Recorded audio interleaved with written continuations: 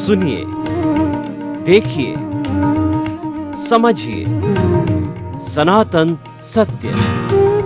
जैसी दृष्टि वैसी सृष्टि, दृष्टि विज्ञान।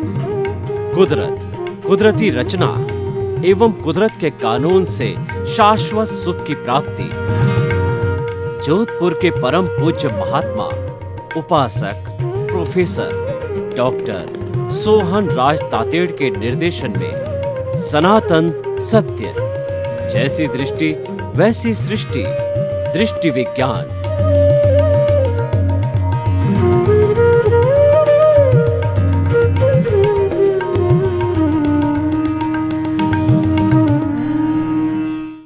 भाई और बहनों, मातृशक्ति को नमन।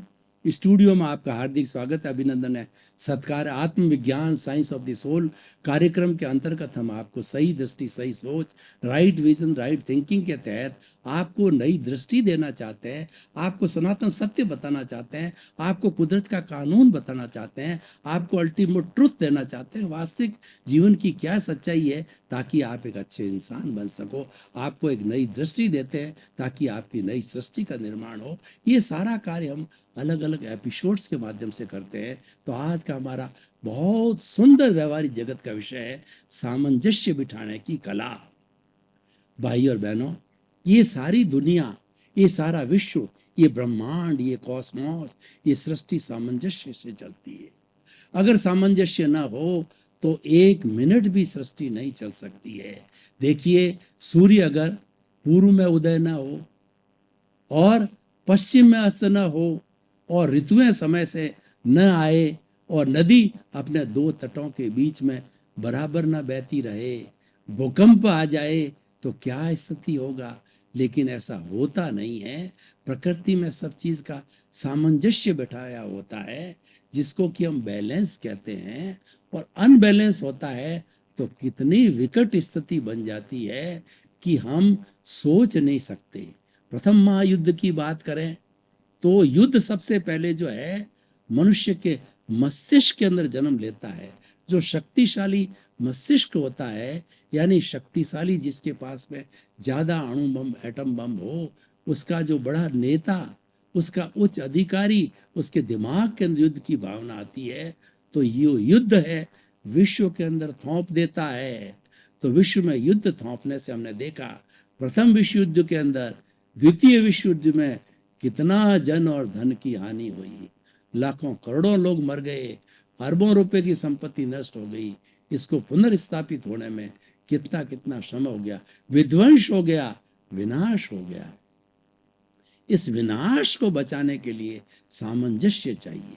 आज भी वही स्थिति है कि आज पूरे विश्व में 210 देश है और हर देश अपने सारा जो है वो बजट है सिक्योरिटी पर 75-80% खर्च करता है और अपने जो नागरिकों के डेवलपमेंट के लिए मात्र 20-25-30% ही बजट खर्च होता है। वो भय के कारण होता है। हर एक देश को भय है कि दूसरे मेरे पड़ोसी के पास में अणु बम, एटम बम है, समाप्त करता मैं भी बनाऊं।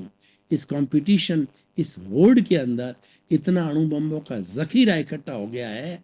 अगर दो महायुद्ध की तरह किसी शक्तिशाली के दिमाग में तीसरा महायुद्ध की जो ज्वाला भड़क उठी और उसने गलत निर्णय ले लिया तो ये जखीरा जो है 7 अरब की जनसंख्या को 7 मिनट के अंदर भस्म कर देगा। मानवता समाप्त हो जाएगी, जन धन सब समाप्त हो जाएंगे, यानी पूरी सृष्टि की लीला समाप्त हो जाएगी। तो निष्कर्ष क्या निकला? निष्कर्ष ये निकला कि इस हर एक चीज को बनाने के लिए सामंजस्य रखना चाहिए। सामंजस्य के लिए वैज्ञानिक भाषा में बात करें, हर वस्तु, हर व्यक्ति की सेंटर ऑफ ग्रेविटी होती है। जैसे मैं बैठा हूं तो मेरी सेंटर ऑफ ग्रेविटी सामंजस्यपूर्ण स्थिति में जब बैठा हूं, अगर मैं थोड़ा सा तिरछा हो जाऊं तो सेंटर ऑफ ग्रेविटी डिस्टर्ब हो जाएगी और डिस्टर्ब होकर के मैं टॉपल हो जाऊंगा। व्यक्ति चलता चलता गिरता क्यों है? क्योंकि उसका अनबैलेंस हो जाता है। इस अनबैलेंस को वैज्ञानिक भाषा में सेंटर ऑफ ग्रेविटी कहते हैं। हमारे इस जो है नेचर माँ के अंदर जो है क्यों भूकंप आते हैं, क्यों सुनामी आते हैं, क्यों अतिवृष्टि होती है, क्यों अनावृष्टि होती है, इस सब का कारण यह है कि सृष्टि माँ के अंदर अनबैलेंस हो गया, सामंजस्य नहीं बैठा है। अनबैलेंस होकर के सेंटर ऑफ ग्रेविटी होने के कारण, डिस्टर्ब होने के कारण नेचर माँ ने जो है हमको दंड देने के कारण जो है ये विकराल रूप काट दिया। वो दुर्गा बन जाती है।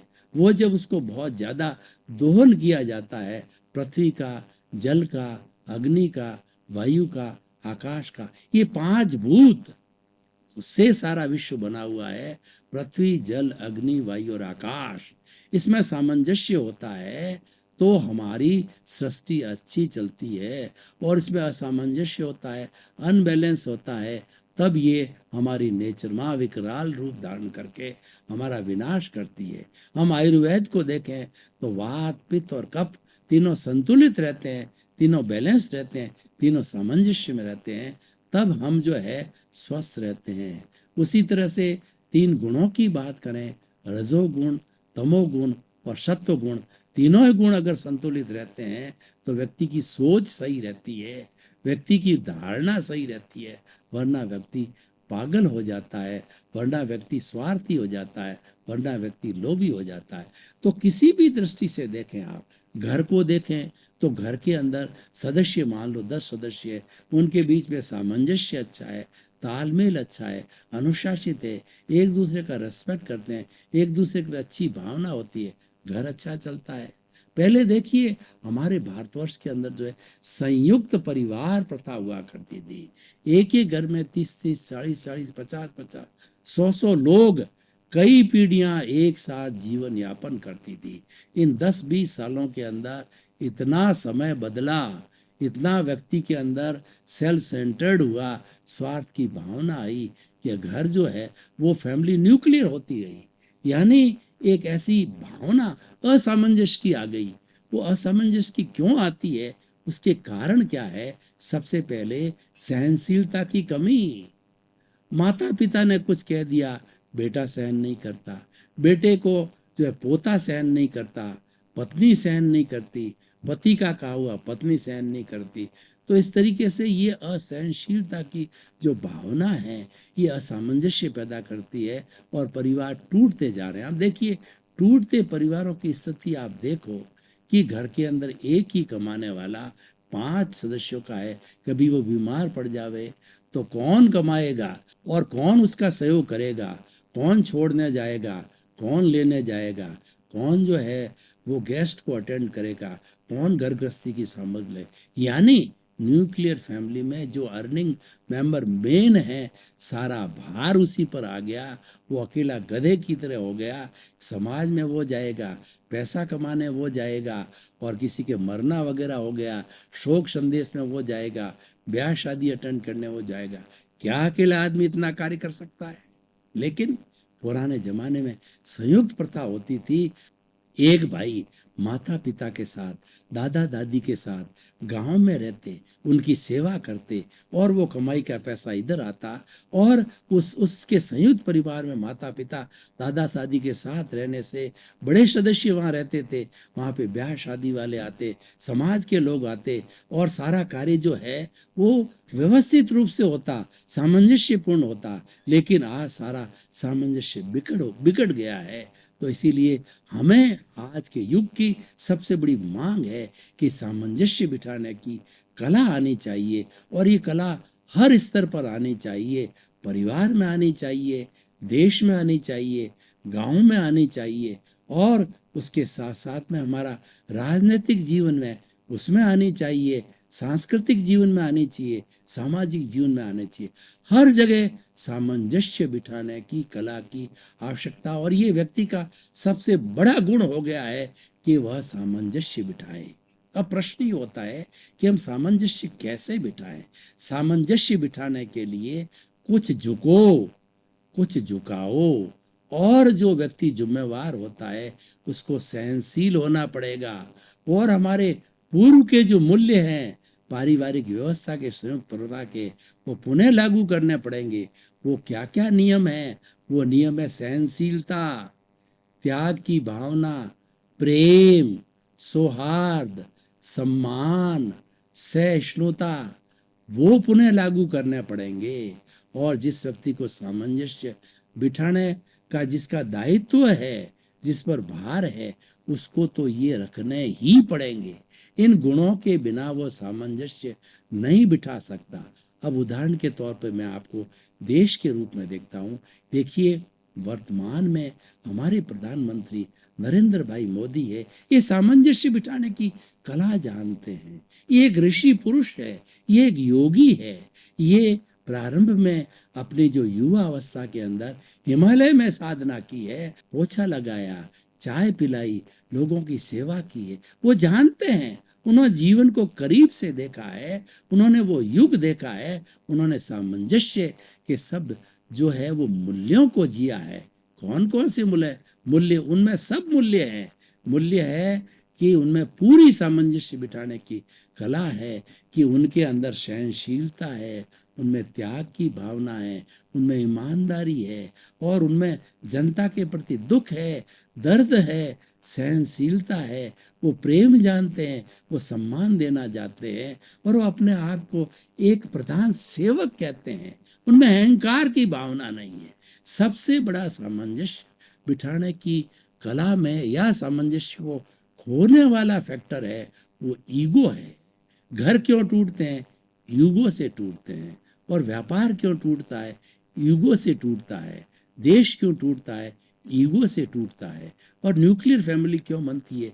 ईगो से बनती है कि मैं तो घर का लॉइन शेयर खा जाऊं, मैं तो ऐश आराम करूंगा, मेरे लिए दूसरे कमा के लाओ, मैं कुछ भी नहीं कमाऊंगा। और बोलने की शुद्ध नहीं, कोई प्रेम नहीं, गुणों को सम्मान नहीं। ऐसा व्यक्ति सामंजस्य नहीं बिठा सकता, ज़्यादा टिक नहीं सकता। तो रोल मॉडल है हमारे नरेंद्र भाई मोदी के 130-135 करोड़ की जनता के बीच के अंदर उन्होंने कितना बड़ा सामंजस्य बिठाया।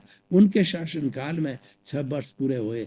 रेलवे की व्यवस्था देखिए, पब्लिक बूथों की व्यवस्था को देखिए, व्यापार को देखिए, बैंकों को देखिए, ऑनलाइन को देखिए, सब काम व्यवस्थित है, क्योंकि वो सामंजस्य बिठाने की कला जानते हैं। भाई और बहनों, अब हम कुछ उदाहरण देते हैं कि हमारे परिवार के अंदर किसी व्यक्ति के अंदर सामंजस्य बिठाने की कला का दायित्व है और वो जानता है, तो परिवार कैसे चलता है हम वो थोड़ा बताते हैं।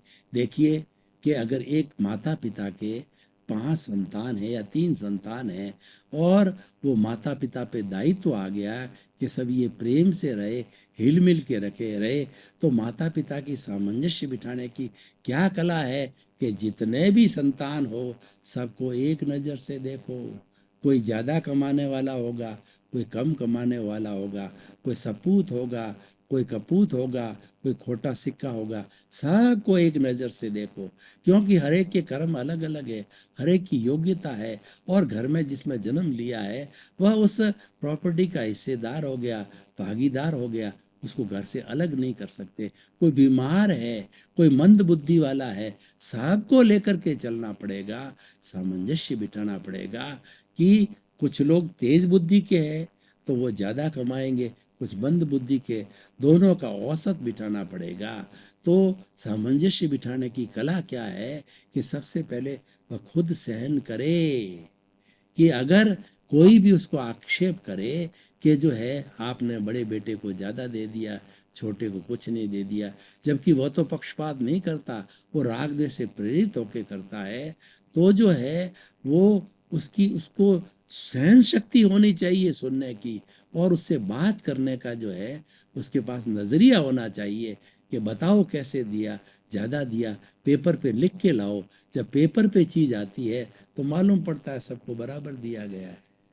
और हमारी पुरानी माताएं दादियां हैं, ये प्रज्ञा चक्षु हुआ करती थी, ये स्थित प्रज्ञ हुआ करती थी, ये किसी स्कूल में नहीं पढ़ने जाया पाती, क्योंकि स्कूल में थी नहीं, लेकिन उनकी प्रज्ञा इतनी जागृत थी, उनका विवेक इतना जागृत था, उनकी सूझबूझ इतनी जागृत थी, वो सबके साथ समानता का व्यवहार करती। वो खुद बहुत परिश्रम करते ताकि वो तो अपने परिवार के सदस्यों के सामने एक रोल मॉडल बन जाता कि माँ कितना परिश्रम कर रही है, पिता कितना परिश्रम कर रहा है, तो सीख मिलनी चाहिए संतान को, तुम भी जल्दी उठो जैसी माँ उठती है। पुराने जमाने का समय देखो कि माँ जल्दी उठती थी, गट्टी पीसती थी और कुएं से पानी लाती। पहले नल नहीं थे, बिजली नहीं थी, लालटेन जलाती थी, छोटे बच्चे होते थे उनको नाश्ता करवाती थी, सारा काम वो खुद करती थी और हस्बैंड के साथ में व्यापार से भी जुड़ी रहती, क्यों बच्चे कमाने वाले नहीं होते थे, तो कितना सामंजस्य बिठाती थी। तो भाई और बहनों, वास्तव के अंदर सामंजस्य बिठाने की कला वो जानता है, वो सुख का जीवन जी सकता है, अपने परिवार को बचा सकता है। समाज को देखिए कि समाज में कई तरह के लोग होते हैं, कुछ उच्छृंखल होते हैं, लोग होते हैं जो मात्र ब्लेम देने वाले होते हैं, कुछ लोग ऐसे होते हैं अच्छे कार्य की प्रशंसा करने वाले होते हैं, कुछ लोग डोनेशन देने वाले होते हैं और कुछ लोग बिना डोनेशन देकर भी वो क्रिटिसाइज करने वाले होते हैं। लेकिन जो समाज का अध्यक्ष होता है, मुखिया होता है, उसको सबकी बात को सहन करना पड़ेगा और उसको सबको तवज्जो देनी पड़ेगी।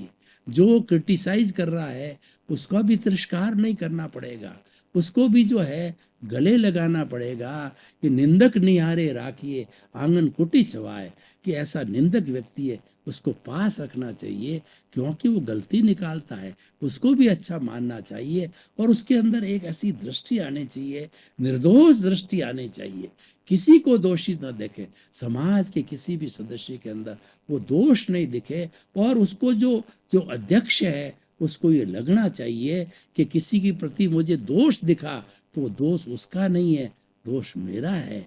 किसी के प्रति बुरी भावना आ गई है तो वो बुरी भावना का दोषी मैं हूं।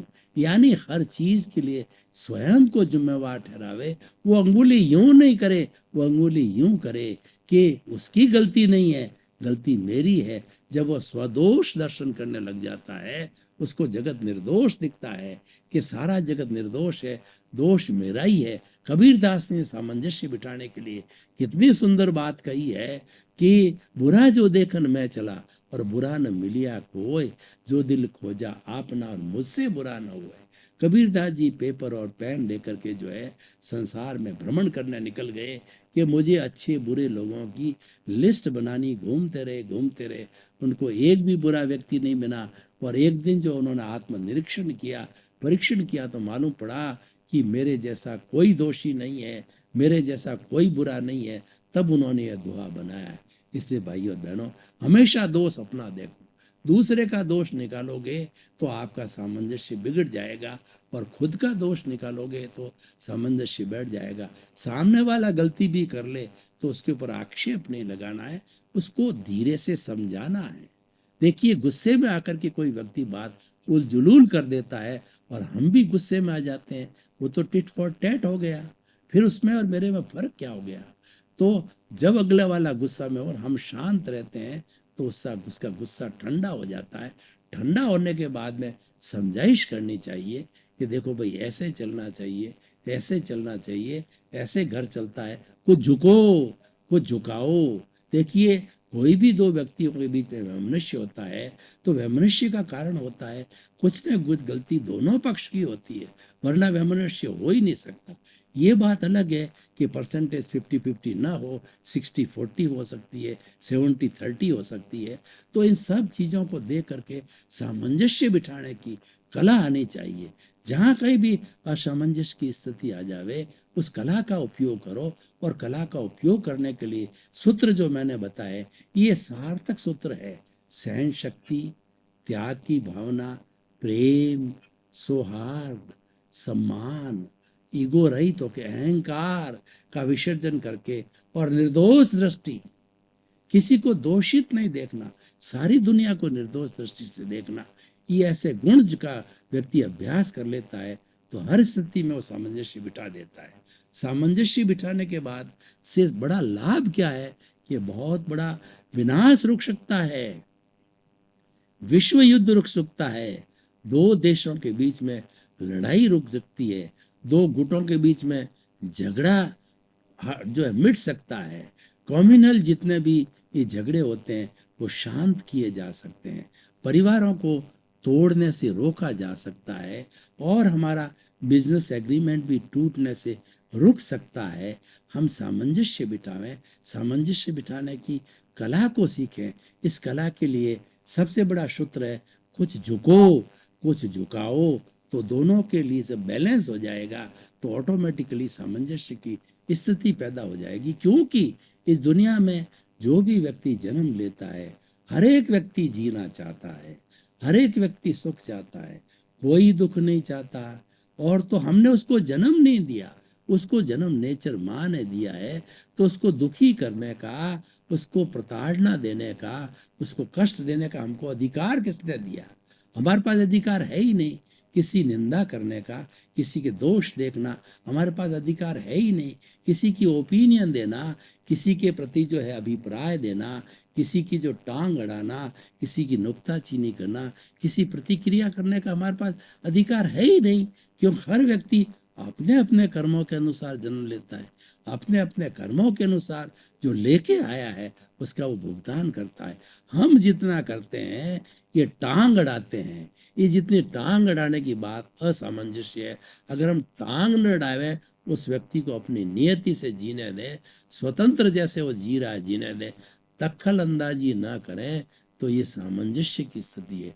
टांग अड़ाना असामंजस्य की स्थिति है। हमेशा कहीं न कहीं असामंजस्य तब होगा कि टांग अड़ा दी जाएगी।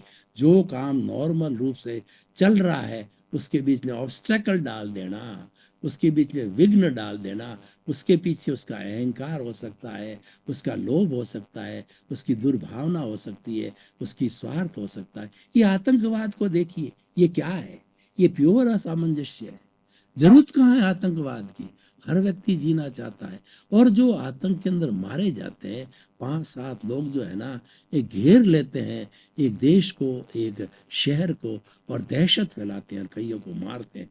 किसने अधिकार दिया उनको?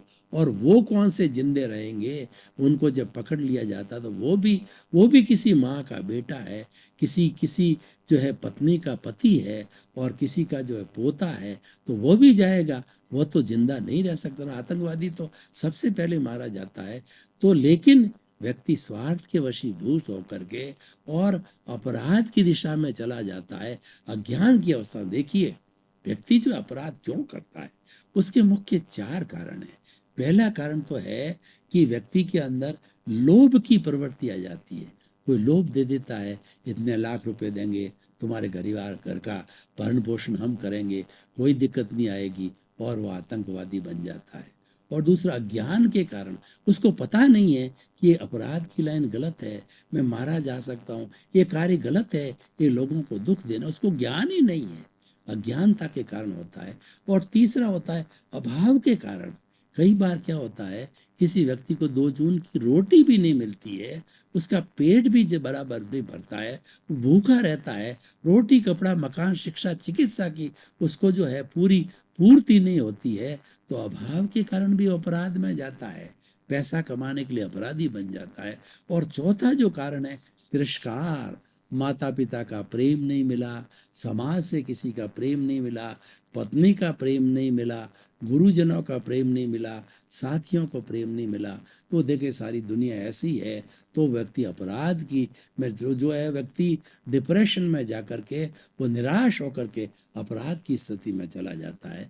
तो हमें सामंजस्य बिठाना है, इन सब चीज़ों पे ध्यान देना पड़ेगा, लोगों को ज्ञान देना पड़ेगा, और लोग जो अभावग्रस्त है उनको उनके अंदर अभाव की स्थिति को समाप्त करके उनकी रोटी कपड़ा मकान शिक्षा चिकित्सा सुविधाएं सरकार भी दे रही है, एनजीओ को भी देनी पड़ेगी, और किसी का तिरस्कार करना ही नहीं चाहिए। वह भी मनुष्य है, वह भी हमें प्राणी मात्र का तिरस्कार नहीं करना चाहिए। वो तो मानव है, उसका हम तिरस्कार क्यों करें? वो किया ही नहीं चाहिए। और लोभ की प्रवृत्ति तो बहुत खराब होती है।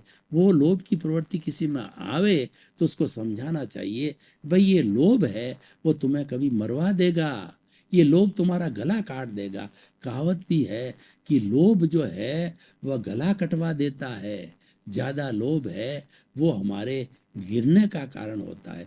लोभ की जरूरत कहाँ है? तुम्हारी नीड जहाँ पूरी हो जाती है, तुम्हारे बाल बच्चों की पढ़ाई, घर का, माता का, पिता का मकान, ये सब आराम से हो जाता है, तो तुम ग्रीड की दिशा में क्यों जाते? ग्रीड का कोई मापदंड होता ही नहीं है। ग्रीड के लिए ऐसा कहा गया है, एक व्यक्ति को अगर पूरी पृथ्वी की सृष्टि की सारी संपत्ति दी जाए तो फिर भी वो नहीं धापता है, इतना ग्रीडी हो जाता है। तो इसीलिए ग्रीडी व्यक्ति के लिए जो कहा गया है कि विषय नर की लालसा और पाम रोग की खाज, लोभी की धन लालसा और तीनों बेअंदाज। विषय नर होता है वो 24 घंटे विषय में रहता है, और विषय नर की लालसा पाम रोग की खाज हो जाती है। खून आता है तो भी खनता रहता है, खून झरने लगता है, क्योंकि विषय है। लोभी का भी यही हाल है। विषय नर की लालसा पाम रोग की खाज, लोभी की धन लालसा, तीनों बेअंदाज इसे रोका जाना चाहिए। हमें मानवीय गुणों का जो है रोपण करना चाहिए। बच्चों को प्रारंभ से ही अच्छे संस्कार देने चाहिए, सामंजस्यपूर्ण संस्कार देना चाहिए कि एडजस्ट एवरीवेयर, कि घर के अंदर 5 सदस्य है, 5 सदस्यों को अगर घर में 5 रोटी है, एक एक ही मिलेगी, एक है मैं 2 खाऊंगा, कहाँ से खाएगी? घर के अंदर 5 कुल घर के अंदर 2 ही कमरे हैं, 5 कहेंगे हम तो एक एक अलग अलग कमरे में सोएंगे तो कैसे सो ही नहीं पाएंगे। उनको एक कमरे में सोने के लिए जो है अभ्यास कराना चाहिए। कोई नीचा सोए ऊपर, यानी घर की जैसी स्थिति हो उसके अनुसार एडजस्ट एवरीवेयर, जितनी इनकम हो उसके अनुसार एडजस्ट होने चाहिए।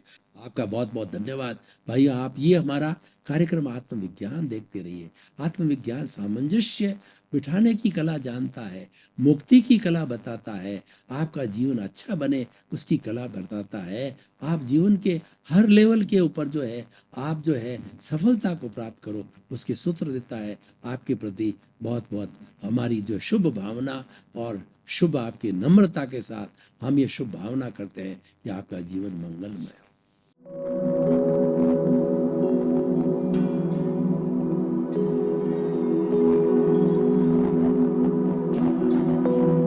एक ऐसा अंतर्राष्ट्रीय ख्याति प्राप्त मानव जो गुरु प्रेरणा से पिछले 20 वर्षों से वानप्रस्थ जीवन जीते हुए 24 घंटे मानवता की सेवा में संलग्न है। एक ऐसा मानव जो अभी राष्ट्रीय, अंतर्राष्ट्रीय टीवी चैनलों पर 7,500 एपिसोड के माध्यम से सनातन सत्य, आत्मविज्ञान एवं पुनरुत्थान, व्यवहार एवं निश्चय जगत के जीवनोपयोगी विषयों पर हृदय स्पर्शी प्रवचन कर चुका है। उस मानव का नाम है महात्मा उपासक प्रोफेसर डॉक्टर सोहन राज तातेड़। प्रोफेसर तातेड़ द्वारा योग, दर्शन, शिक्षा विषयों पर रचित पीएचडी स्तर के 250 शोध ग्रंथ भारत के 100 प्रतिष्ठित विश्वविद्यालयों में शोधार्थी पढ़ रहे हैं तथा वे सभी शोध ग्रंथ वहां की सेंट्रल लाइब्रेरियों में उपलब्ध हैं। महात्मा सोहन राज ने अभी तक हजारों स्कूलों, कॉलेजों, विश्वविद्यालयों एवं संस्थाओं में सेमिनार, वर्कशॉप, कैंप लगाकर लाखों विद्यार्थियों को योग, दर्शन, शिक्षा का प्रशिक्षण देकर उन्हें सुसंस्कारित किया। डॉक्टर तातेड़ ने भारतीय संस्कृति उत्थान के 4000 से अधिक समसामयिक विषयों पर आर्टिकल लिखकर ऑनलाइन जर्नल, पत्रिकाओं, वेबसाइट्स पर प्रकाशित किया, जिसका उपयोग लाखों पाठक कर रहे हैं। उपासक तातेड़ के 5000 से अधिक आज का सुविचार, आज का शुभ संदेश, आज का मंगल भावना योग आदि चिंतन websites, Twitter, blogger, Facebook, YouTube माध्यमों से लाखों लोग अपना जीवन निर्माण कर रहे हैं। मानवता के मसीहा ऐसे महामानव महात्मा सोहन राज तातेड़ के प्रोफाइल को अभी तक विश्व के 20 लाख दर्शक यूट्यूब पर, 12 लाख गूगल पर एवं लाखों दर्शक फेसबुक, ब्लॉगर, ट्विटर और इंस्टाग्राम पर देख चुके हैं।